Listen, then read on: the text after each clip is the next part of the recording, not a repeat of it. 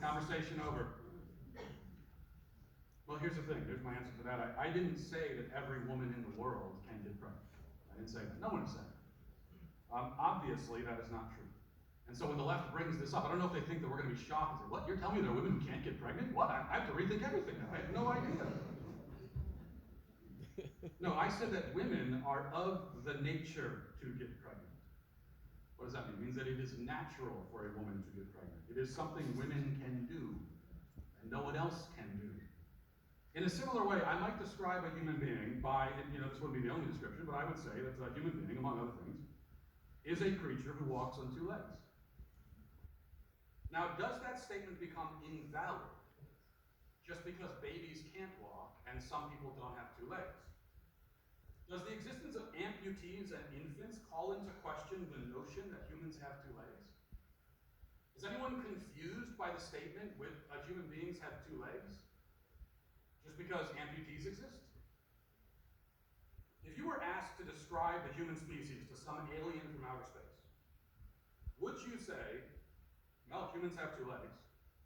Or would you say, you see, humans can really have any number of legs? No, you wouldn't, because such a statement would bring to mind horrifying images of humans who look like centipedes, and would greatly increase our chance of being incinerated by the aliens, which actually maybe wouldn't be such a terrible thing.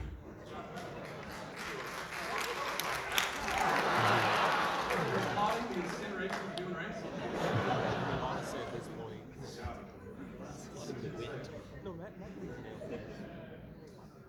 So here's the point, going back to these humans without legs. Humans without two legs should have two legs. So, if a human doesn't have two legs, you can go to the doctor. The doctor automatically will know that there's a condition, there's something happened. An accident, genetic deformity, something happened. They know that. And they'll run tests, and they'll figure out what the condition is.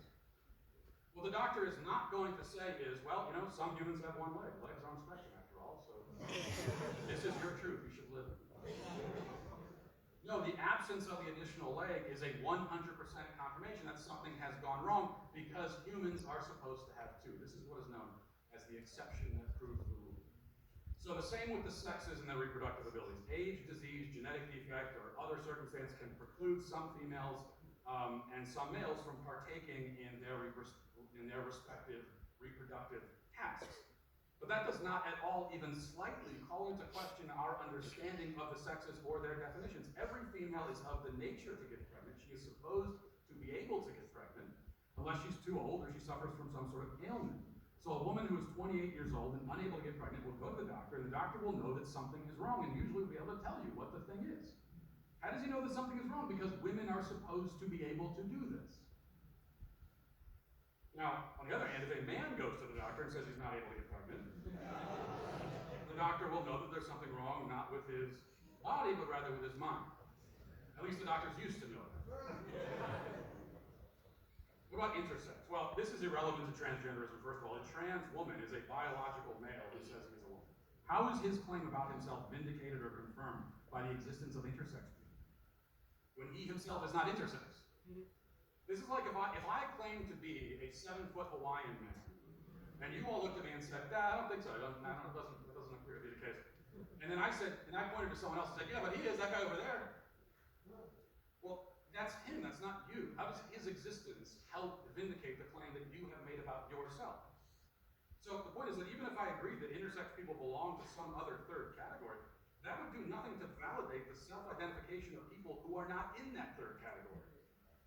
And anyway, I do not agree that they belong to a third category. Intersex people belong to an extremely small population who suffer from a medical condition that makes their sex more ambiguous and more difficult to determine. It doesn't mean they don't have a sex, nor does it mean that they constitute a third sex. They represent a variation, if we can say a defect, within the sex binary.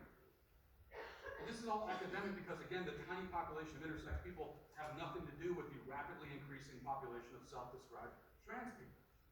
Even if there existed on this earth a person with the functional reproductive capacities of both sexes at the same time, in other words, someone who's able to get pregnant and also impregnate others, which would be a true intersex person, that would still do nothing at all to validate the self-identity of biological males claiming to be women.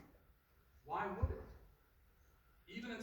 we can also still speak coherently about sex as effectively binary. But for the record, no such person exists. I do have to clarify that. Now, one other note about intersex people. LGBT activists have found this population of people quite useful. Even though, again, being intersex has nothing to do with being trans or gay.